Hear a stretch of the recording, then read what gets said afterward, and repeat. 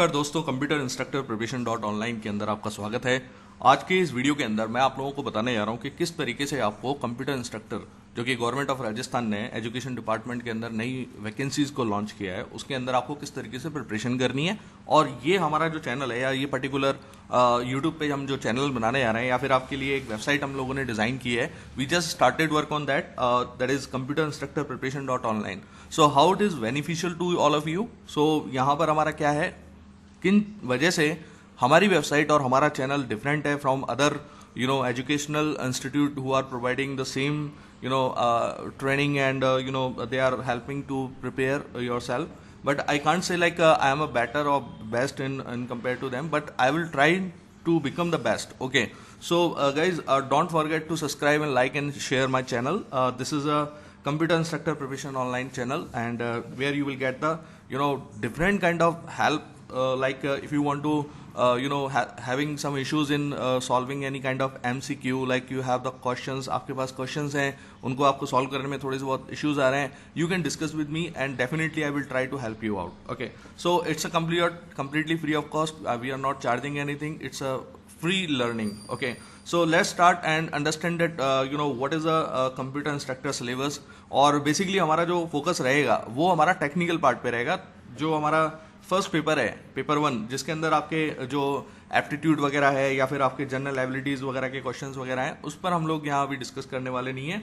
Main हमारा जो है वो है हमारा मेन जो टेक्निकल पार्ट है। ओके, तो सबसे पहले हम आते हैं कि Rajasthan computer teacher syllabus 2021 paper 2 senior instructor. Okay, जिसके अंदर करीबन 295 की अप्रॉक्सीमेट आपकी वैकेंसीज हैं। It's a senior level teacher की वैकेंसी है। पे ग्रेड, पे स्केल वगैरह आपका उसके इक्विवेलेंट रहेगा।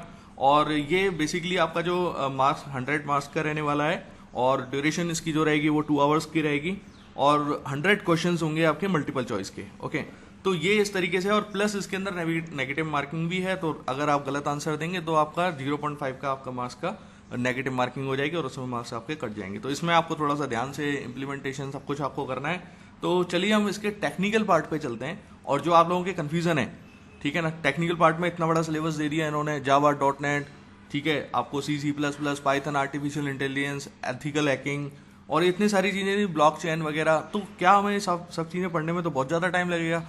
अगर मैं बात करूं, पाइथन कोई सिलेबस भी करता है, अगर नॉर्मल पाइथन सीखता है तो उसको 10-15 दिन, 20 दिन, 25 दिन तो एटलीस्ट लगते ही लगते हैं।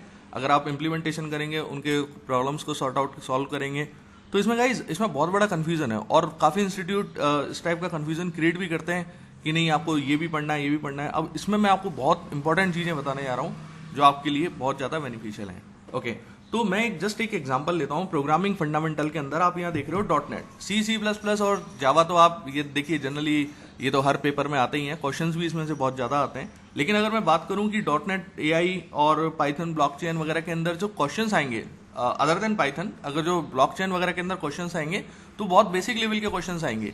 ओके, कोई ज़्यादा टेक्निकल क्वेश्चन नहीं आएंगे। इवन आपको इसके अंदर कोई MCQ वगैरह इतनी आसानी से मिलेंगे भी नहीं। लाइक आपके पास एक वेबसाइट है Geeks for Geeks, आपने अगर नाम सुना हो, तो उस पर आपको इस टाइप के क्वेश्चंस मिल जाते हैं, तो आप वहां से भी प्रैक्टिस कर सकते हैं। बट आप फोकस करें only theoretical part. Okay, like मैं अगर बात करता हूँ डॉट नेट की, तो डॉट नेट में ऐसा नहीं है कि आपको पूरा डॉट नेट सीखना है। डॉट नेट में तो बहुत सारी चीजें होती हैं। आपका C# है, विजुअल बेसिक डॉट नेट है, F# है, C#, J# है, तो बहुत सारी आपके डॉट नेट टेक्नोलॉजीज होती हैं। बट आपको सीखना क्या है, आपको सीखना है बेसिक्स, कि फ्रेमवर्क क्या होता है, CLR क्या होता है, CIT क्या होता है, JIT क्या होता है। ठीक है, आपको सिर्फ ये बेसिक सीखना है। डॉट नेट का ओनली बेसिक आपको स्टडी करना है, आपको ज़्यादा डीप में इसमें जाने की जरूरत नहीं है। सेम इसी तरीके से आपका AI के अंदर रहेगा, ब्लॉकचेन के अंदर रहेगा, मशीन लर्निंग के अंदर रहेगा। आपको सिर्फ बेसिक सीखना होगा, जो बेसिक हमारा नॉर्मल होता है। अदरवाइज मशीन लर्निंग, ब्लॉकचेन, ये इतनी बड़ी टेक्नोलॉजीज हैं, इनको 15 दिन, 20 दिन में पढ़ा ही नहीं जा सकता। ठीक है ना, कोई पॉसिबिलिटीज ही नहीं है। ठीक है, और अगर आप इस थियोरेटिकल पेपर के लिए और इसे पढ़ाने के लिए भी आपको फैकल्टी भी बहुत हाई लेवल की चाहिए। मशीन लर्निंग अपने आप में बहुत बड़ी चीज़ होती है। ओके, तो यहाँ पर हमारी जो ट्रेनिंग है, या हम लोग जो जिस तरीके से हम ट्रेन करने वाले हैं, वो किस तरीके से रहेगा, वो मैं आपको यहाँ चीज़ बताने जा रहा हूँ। बेसिकली लाइक मैं स्टार्ट करता हूँ C लैंग्वेज से। ओके, तो C लैंग्वेज के अंदर क्या होता है, जनरली मैंने आपको डेटा टाइप्स पढ़ा दिए हैं। अब डेटा टाइप्स पढ़ा के मैंने छोड़ दिया कि हाँ डेटा टाइप्स पढ़ लो और दैट्स इट। तो कभी ऐसे क्वेश्चंस तो आएंगे नहीं कि इंटीजर टाइप क्या होता है, फ्लोट क्या होता है, इस टाइप के क्वेश्चंस नहीं आते। वहाँ आपको मिलती हैं प्रॉब्लम्स। तो जितनी ज़्यादा प्रॉब्लम्स को आप सॉर्ट आउट करेंगे उतना ज़्यादा आपके लिए ईजी रहेगा। और गाइज अगर ज़्यादा बड़ा सिलेबस होता है तो एक चीज़ और मैं आपको क्लियरली कह देता हूँ जो हर आदमी के लिए बेनिफिशियल है, अगर पेपर टफ आता है तो उस कंडीशन में आपका जिसने भी पढ़ाई करी है, थोड़ी बहुत भी पढ़ाई करी है, उसके लिए बहुत ईजी हो जाएगा। लेकिन अगर इजी आ गया ना पेपर तो उस कंडीशन में इतना ज़्यादा कंपटीशन बढ़ जाता है कि हर आदमी अच्छा पेपर करके आता है और फिर उसमें आपके भी चांसेस कम हो जाते हैं। जो मेहनत करी है जिन्होंने, तो उनके लिए भी बेकार हो जाता है सब कुछ।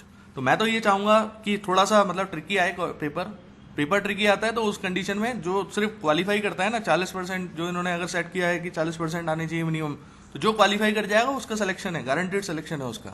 ओके, तो यहाँ पर मैं ये चाहूँगा कि ये पेपर जो है उसे थोड़ा सा एक ट्रिक से आप पढ़ें, उसे समझें, इम्प्लीमेंटेशन करें तो वो ज़्यादा बेटर रहेगा। थियोरटिकल पार्ट नो डाउट थोड़ा बहुत तो आप 30% तो आप मानो थियोरटिकल क्वेश्चंस आएंगे, लेकिन 70% तो ट्रिकी आने चाहिए।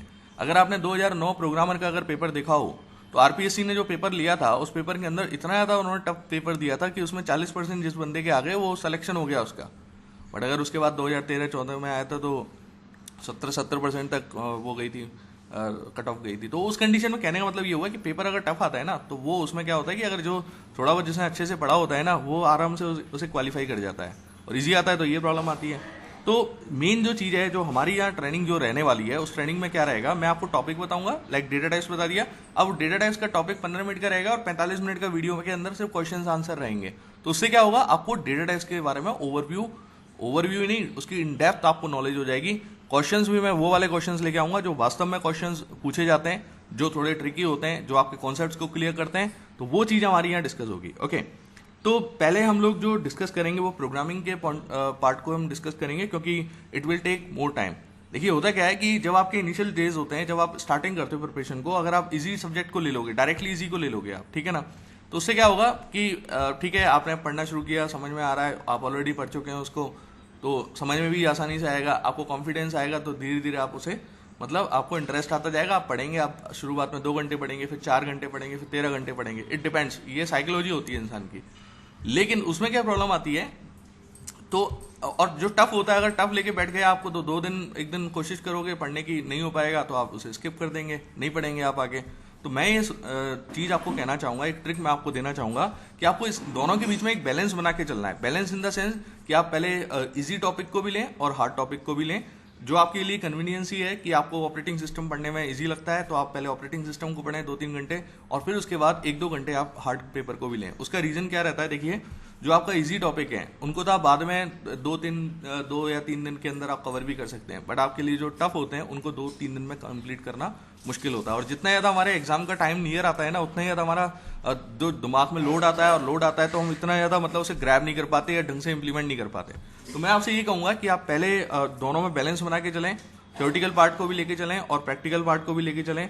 पेपर का डिसीजन इन लोगों का होता है कि किस टाइप का पेपर देंगे। पेपर का और कोई वो नहीं है, डिपेंड करता है जो पेपर बनाने वाला है। अगर वो ज़्यादा एक्सपर्ट बनता है, वो अपने आप को ज़्यादा मतलब अपने आप को से मतलब है, वो अगर टफ पेपर दे देता है तो ये भी हो सकता है, और कोई ईजी वाला दे दे तो वो भी हो सकता है। दोनों चीज़ पॉसिबिलिटीज़ हैं। तो आपको करना क्या है, आपको कुछ इस तरीके से बैलेंस बनाना है कि आप क्या करें, 30% टाइम दें अपने जो भी आप जैसे 10 घंटे पढ़ते हो, 10 घंटे में आप 30% दें थ्योरी के लिए और 70% दें प्रैक्टिकल के लिए। आई मीन कि प्रैक्टिकल आपको क्वेश्चंस जितने मैक्सिमम क्वेश्चंस हो सकते हैं आप उनको सॉल्व करने की कोशिश करें। काफ़ी ज़्यादा बुक्स आपको मिलती हैं, वो धीरे धीरे मैं आपको बताता जाऊँगा कौन सी बुक्स पढ़नी है, ये चीज़ आप कहाँ से पढ़ सकते हो, किस तरीके से सॉल्व कर सकते हो, तो वो चीज़ हम डिस्कस करेंगे। ओके, तो मैं आपको जो एक तरीका बता रहा हूँ, आपको किन चीज़ों पे ज़्यादा फोकस करना है, कैसे आप पहले स्टार्ट कर सकते हैं, कैसे आपका प्लान हो सकता है। So let's start with this particular thing. Okay, so आपको सबसे पहला जो काम करना है, आपको करना है ये 2 टॉपिक, C एंड C++, ठीक है ना, क्योंकि सी में से क्वेश्चंस तो आप मान के चलो 5-6 क्वेश्चन, अगर 100 का होगा ना तो 5-6 क्वेश्चन तो सी में जरूर आएंगे, ये तो गारंटी है। ओके, फिर उसके बाद आप चलें, ठीक है, ये सी और C++ कर लिया आप लोगों ने, आई थिंक अपने ग्रेजुएशन के टाइम पे पढ़ा भी होगा ये, तो आप इजीली आप समझ भी पाएंगे, ठीक है। फिर उसके बाद आप क्या कहाँ पर आएंगे, आपको जैसे इसमें क्या है, क्वेश्चंस आएंगे जनरली जो आउटपुट वाले होते हैं, कंट्रोल फ्लो वाले होते हैं, ठीक है। कंट्रोल फ्लो का मतलब होता है जैसे आपके लूप्स वगैरह आप बनाते हो, ब्रेक, कंटिन्यू, फॉर लूप वगैरह, ये सब चीज़ें आती हैं, ठीक है ना। देन एरेज आ जाता है, एरेज के ऊपर भी क्वेश्चंस काफ़ी अच्छे बनते हैं, ठीक है। और फिर C++ और जावा के अंदर तो ऊप्स के कॉन्सेप्ट हैं, और गाइज मैं आपको ऊप्स के कॉन्सेप्ट इतने स्ट्रॉन्ग तरीके से बताऊंगा कि उसमें आपको कहीं कभी दिक्कत ही नहीं आएगी, मतलब बिल्कुल एक जनरल लैंग्वेज में जो होता है उस तरीके से मैं बताने की कोशिश करूंगा। After that come to the data structure part. Data structure में से भी काफी क्वेश्चंस बनते हैं गाइज। ओके, एल्गोरिथम्स में से ज्यादा क्वेश्चंस नहीं आएंगे क्योंकि एल्गोरिथम बहुत ज्यादा ट्रिकी होता है और मतलब इतने इजी पेपर्स नहीं बनते, बट आप अगर देखेंगे डेटा स्ट्रक्चर में से काफी अच्छे क्वेश्चंस बनते हैं। ओके, लाइक आपके डेटा स्ट्रक्चर में से ट्रीज वगैरह के, बाइनरी ट्री वगैरह, सर्चिंग के, इनके आपके क्वेश्चंस आ सकते हैं, ठीक है ना। स्टैक और क्यूज, इनके क्वेश्चंस आ सकते हैं, तो ये आप थोड़ा सा पढ़ लीजिएगा। एल्गोरिथम को आप एक बार के लिए स्किप कर दीजिए, बाद में आप पढ़ सकते हैं। कॉम्प्लेक्सिटी ऑफ एल्गोरिथम्स के अगर क्वेश्चंस आएंगे तो क्वेश्चंस ऐसे ही आएंगे कि अगर आप बताइए कि इसकी जैसे बबल सॉर्ट है, बबल सॉर्ट की वर्स्ट एल्गोरिथम या इसकी कॉम्प्लेक्सिटी क्या होगी, टाइम कॉम्प्लेक्सिटी और स्पेस कॉम्प्लेक्सिटी जो होती है उसके बारे में डिटेल में आपसे पूछ सकता है। देन डिजिटल लॉजिक सिस्टम आता है। तो डिजिटल लॉजिक सिस्टम है आपका, इसमें आप थोड़ा सा इसको पढ़ लें, बुलियन एक्सप्रेशन, के मैप्स वगैरह, इनके क्वेश्चंस आपके बन सकते हैं। थोड़ा सा आपके कॉम्बिनेशनल और जो सीक्वेंशियल लॉजिक डिजाइंस होती हैं उनके बारे में थोड़ा सा देख लीजिएगा आप। इसके बाद इसमें कंप्यूटर ऑर्गेनाइजेशन, इसको आप एक बार बात के लिए छोड़ दीजिए, थोड़ा सा इतना ज़्यादा मतलब इसमें जाने की जरूरत नहीं है, बट आपको पहले ऑपरेटिंग सिस्टम करना है, देन डेटाबेस मैनेजमेंट सिस्टम करना है, सॉफ्टवेयर इंजीनियरिंग कर लीजिए, कंप्यूटर नेटवर्क्स कर लीजिए। गाइज ये ऐसे टॉपिक्स हैं जिसमें से सबसे ज़्यादा क्वेश्चंस बनते हैं, क्योंकि जनरली जो आपका एग्जाम बनाने वाला होता है उनको भी इन्हीं टॉपिक्स की ज़्यादा नॉलेज होती है, तो वो क्वेश्चंस भी इनमें से ज़्यादा लेगा। यानी कि कंप्यूटर नेटवर्क्स हो गया, डेटाबेस मैनेजमेंट सिस्टम हो गया, ऑपरेटिंग सिस्टम हो गया, ओके, तो सी एंड सी प्लस प्लस हो गया। तो ये पेपर तो पहले आपको इतने ज़्यादा स्ट्रॉन्ग कर लेने जिसमें आपको कहीं रुके ही नहीं आप, ठीक है ना। बाकी आप ये जो हैं इनको आप थोड़ा सा बाद में भी अगर करना चाहो तो कर सकते हो। कंप्यूटर ऑर्गेनाइजेशन हो गया, एल्गोरिथम्स हो गया, ठीक है ना। इसको आप थोड़ा सा लेट भी कर सकते हैं, बट मैं आपको सजेस्ट करूंगा कि आपको जो पाथ फॉलो करना है वो ये है। First you will implement the C and C plus plus related questions. Okay, after that come to the another part, that is the data structure. Data structure को अच्छे से कर लें, एल्गोरिथम को एक बार के लिए स्किप कर दें, ठीक है ना। उसके बाद डिजिटल लॉजिक सिस्टम, इस पर भी क्वेश्चंस आ जाते हैं, तो इसमें भी कोई स्पेशल क्वेश्चंस नहीं, लाइक के मैप से रिलेटेड क्वेश्चंस आ जाएंगे आपके, थोड़े से कॉम्बिनेशन और सिक्वेंशियल से रिलेटेड थ्योरेटिकल क्वेश्चंस आ सकते हैं आपके। आफ्टर दैट ऑपरेटिंग सिस्टम हो गया, डीबीएमएस हो गया, सॉफ्टवेयर इंजीनियरिंग हो गया, डेटा एंड कंप्यूटर नेटवर्क्स हो गया, तो ये तो अच्छे से कर लीजिए। और जो नेटवर्क सिक्योरिटी है, क्योंकि आजकल के टाइम पर सिक्योरिटी बहुत इंपॉर्टेंट रोल प्ले करती है, तो क्वेश्चंस आपसे सिक्योरिटी से भी पूछे जा सकते हैं, बट इतने ज़्यादा क्वेश्चंस नहीं आएंगे, इतना समझिए कि बहुत ज़्यादा हाई लेवल पे आने वाले हैं। ओके, और यहाँ पर अब ये वेब डेवलपमेंट है, इसके भी कुछ 2-4 क्वेश्चंस अगर आएंगे तो आ जाएंगे। देखो इसमें भी इन्होंने पीएचपी को भी नहीं छोड़ा, मतलब पीएचपी, जावास्क्रिप्ट वगैरह सब कुछ डाल दिया। कोई चीज़ ऐसी है ही नहीं इसके अंदर जो छोड़ी हो। जिसने भी ये सिलेबस बनाया बहुत मतलब बहुत ही ज़्यादा लेंदी बना दिया। इतना लेंदी सिलेबस जनरली होना नहीं चाहिए, क्योंकि आपको सिर्फ एक ही चीज़ तैयार नहीं करनी, आपको टेक्निकल पेपर ही तैयार नहीं करना, आपको अपना जो फर्स्ट पेपर है वो भी आपको तैयार करना पड़ेगा, क्योंकि एक बिल्कुल एक सेपरेट पेपर बना दिया इन्होंने, ठीक है ना, और वो भी 100 मार्क्स का है, तो बैलेंस दोनों में दिया है, ठीक है ना, तो दोनों में आपको पढ़ना जरूरी है। तो ये तो जो चीज़ है आपकी रीजनिंग वगैरह, एनालिटिकल, ये तो आप मान के चल लो कि आपको डेली 3-4 घंटे तो उसमें निकालने पड़ेंगे, क्योंकि it's a kind of practice part. जितनी ज़्यादा प्रैक्टिस करेंगे, क्वेश्चन टफ नहीं होते लेकिन प्रैक्टिस आपके मांगते ही है, तो जितनी ज़्यादा प्रैक्टिस करेंगे उतना ज़्यादा बेटर रहेगा। तो गाइज हमारी ये कोशिश रहेगी हम आपको प्रॉपर गाइड करें, ठीक है, आपको कैसे कौन कौन सी चीज़ें पढ़नी है। पहले टेक्निकल पार्ट में हम पहले ज़्यादा फोकस करेंगे, अगर टाइम बचेगा तो हम फर्स्ट वाले पार्ट को भी कंसीडर करेंगे। तो मैं आपको ये सजेस्ट करूंगा कि don't forget to subscribe our channel, and ये वेबसाइट है कंप्यूटर इंस्ट्रक्टर प्रिपरेशन .online।